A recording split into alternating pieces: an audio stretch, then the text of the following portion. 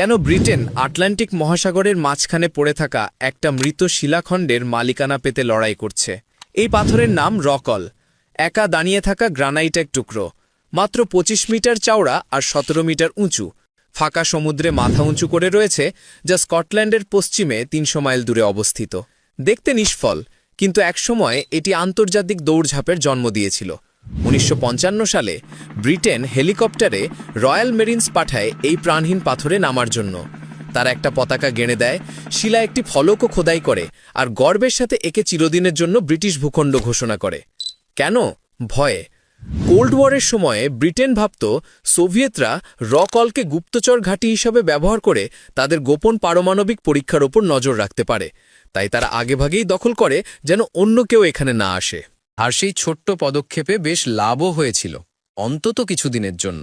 রকয়েলের মালিকানা মানে ২০০ মাইল সমুদ্রের নিয়ন্ত্রণ, মাছ ভরা জলরাশি, আর ঢেউয়ের নিচে হয়তো কোটি কোটি ডলারের তেল। তারপর এলো ১৯৯৭।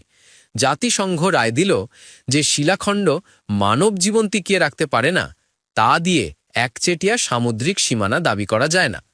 ব্রিটেনের বড় পরিকল্পনা এক ঝটকায় উধাও। তবু তারা হাল ছাড়তে রাজি নয়। আজ আয়ারল্যান্ড, আইসল্যান্ড আর ডেনমার্ক সবাই চায় এই ক্ষুদে শিলাখণ্ড ঘিরে থাকা সাগরের ভাগ, যে পাথরটা আপনি ৩০ সেকেন্ডেই হেঁটে পার হতে পারেন।